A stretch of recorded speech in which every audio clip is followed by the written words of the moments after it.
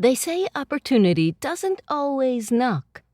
Sometimes it waits quietly while you're building door frames. Twist, twist, twist of fate radio. In the mid-1970s, science fiction wasn't exactly hot property in Hollywood. The genre was seen as niche, risky, even silly. But one young director had a vision. A sweeping space opera with laser swords, alien civilizations, and a rebellion in a galaxy far, far away. He was already casting his film. Most of the roles had been filled with fresh, relatively unknown talent. But one character, cynical, sarcastic, swaggering, still hadn't found his voice. The role of a rogue pilot who didn't believe in the Force, but believed in himself. The studio wanted someone bankable, but the director wanted someone real. Meanwhile, just across town, a former actor turned carpenter was making ends meet. His name? Still mostly unknown. He'd had a few small film roles in the late 60s and early 70s, but the offers dried up. So he did what he had to do. Picked up a hammer and started installing cabinets. He was good with his hands. Quiet, reliable. He wasn't chasing auditions anymore, just chasing a paycheck to support his family. One afternoon, while doing carpentry work for a production office at a major studio, he was asked to help with something a little different.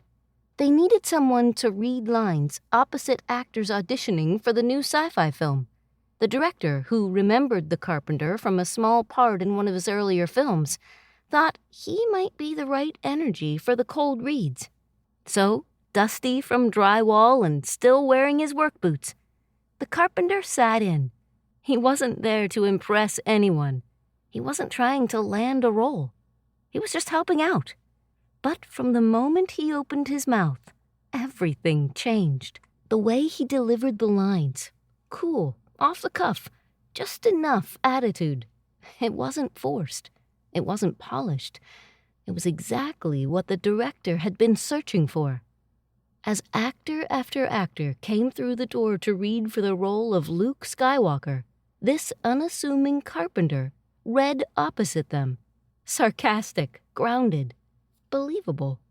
The casting director leaned over to the young filmmaker and whispered, "He's the guy." And the filmmaker, George Lucas, agreed. And that's how Harrison Ford, working as a carpenter to support his family, ended up playing Han Solo. He didn't audition in the traditional sense. He didn't have an agent pushing him for the part. He wasn't even chasing it. He simply showed up and was himself. And in doing so, walked into one of the most iconic roles in movie history. The film, of course, was Star Wars. At the time, no one knew what Star Wars would become, but the chemistry was undeniable. Ford's dry wit and gruff charm helped shape the tone of the entire film.